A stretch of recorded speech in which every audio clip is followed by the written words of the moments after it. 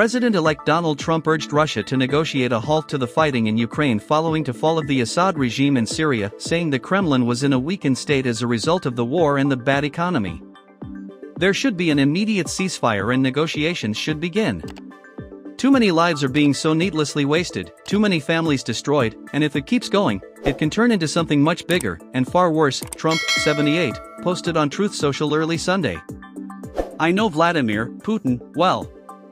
This is his time to act. China can help. The world is waiting. Moscow has been skeptical about a ceasefire, at least in the public eye, contending that it would give Kyiv time to regroup and strengthen its defense. The Kremlin has demanded Ukraine pull out of Russian-annexed territory in the besieged country despite not having full control over it. The incoming president, who has long signaled a strong desire to end the war, huddled with Ukrainian President Volodymyr Zelensky and French President Emmanuel Macron during the reopening of the Notre Dame Cathedral in Paris on Saturday. Trump, who has at times expressed a fascination with Russian leader Vladimir Putin, remarked about how feeble Moscow appeared in Syria after the shocking and swift fall of Bashar al-Assad, whom Russia backed with troops, aircraft, and navy ships. Assad is gone. He has fled his country. His protector, Russia, led by Vladimir Putin, was not interested in protecting him any longer, Trump mused. They lost all interest in Syria because of Ukraine, where close to 600,000 Russian soldiers lay wounded or dead, in a war that should never have started, and could go on forever. Russia and Iran are in a weakened state right now, one because of Ukraine and a bad economy, the other because of Israel and its fighting success. Some analysts have speculated that Russia is scrambling to strengthen its hand at a possible future negotiating table ahead of Trump's inauguration.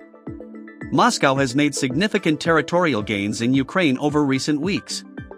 Trump has long made clear his intent to end the brutal war unfolding between Kyiv and Moscow, though he has been light on specifics about how he'd end it. Likewise, Zelensky and Ukraine would like to make a deal and stop the madness. They have ridiculously lost 400,000 soldiers, and many more civilians, he added on Truth Social. Too many lives are being so needlessly wasted, too many families destroyed, and if it keeps going, it can turn into something much bigger and far worse. Following his meeting with Trump, Zelensky, 46, underscored his desire for a just and enduring peace and blasted Putin for being addicted to war.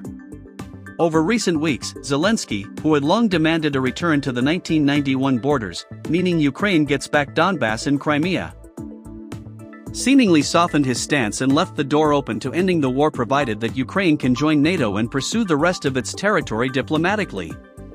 Trump's overture to Putin comes against the backdrop of dramatic developments in Syria, where Russia had propped up the regime's former notorious dictator for over a decade. Syrian rebels, led by the Islamist group Hayat Tahrir al-Sham, HTS, had begun a dramatic renewed offensive late last month, jump-starting what had been a pretty dormant civil war. HTS and rebel forces had stormed into Damascus and claimed it toppled the regime.